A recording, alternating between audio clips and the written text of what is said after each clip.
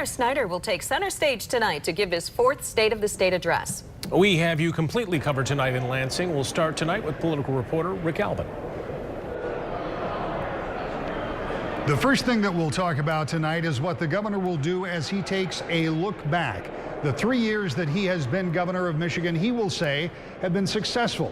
It's not done. That is the reinvention of Michigan, he will tell us, but he will say that he wants to continue to work with the legislature to try to get more of that reinvention done. Those are just a few of the hints that we're getting from people we've talked to. We know he may be talking about some more education issues. He may be talking about invasive species. He may well recognize a teacher from Grand Rapids area. All of these things that we're hearing tonight as we get ready for this State of the State that is in very many ways a kickoff for Decision 2014.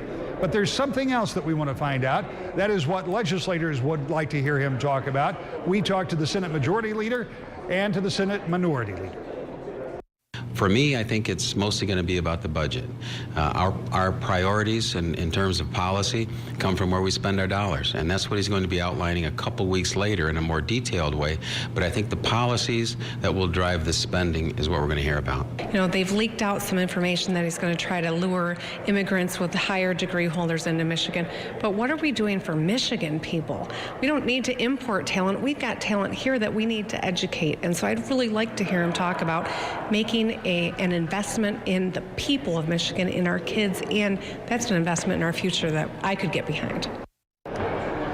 So what is the governor thinking as he prepares to deliver this State of the State address? We'll get an insight into that in just a few minutes. We're going to go downstairs, just one floor down and a few feet that way, and talk to the governor just before he goes out to that joint session to find out why he thinks tonight's speech is important, what it is he would like to have as a takeaway for you at home, and does this really play in Decision 2014?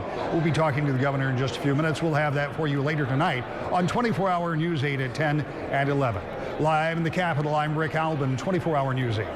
Okay, Rick, thank you. Looking forward to that coverage tonight. Our team coverage continues right now with Joe LaFergie outside the Capitol. Joe, what are you seeing? Well, good evening, Sue. We are again outside on the Capitol lawn where, perhaps to no one's surprise, it is cold, it is snowing. But perhaps to many, what you're seeing right here is a very quiet front of the Capitol. Go back roughly 13 months. The day right to work was passed and signed into law, a massive protest right where I'm standing all the way up to the steps of the Capitol.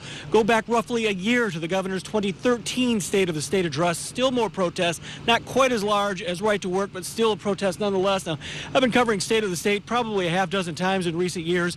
Never been here and not seen some sort of protest out front, but not so tonight. However, as Rick said, there will be reaction to this speech tonight.